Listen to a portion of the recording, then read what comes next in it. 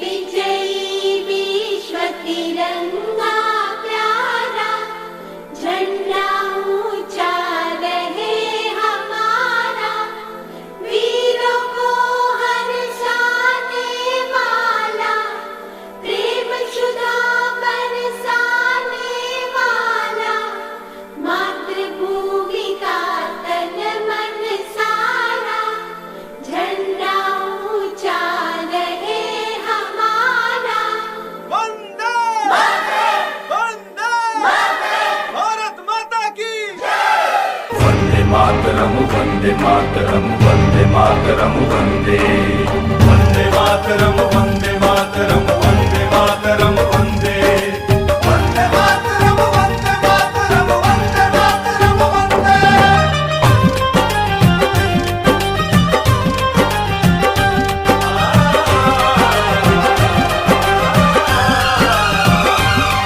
मेरा रंग दे बसंती चोला था भगत सिंह ने बोला, जब भड़का क्रांति का शोला, आसन दुश्मन का टोला,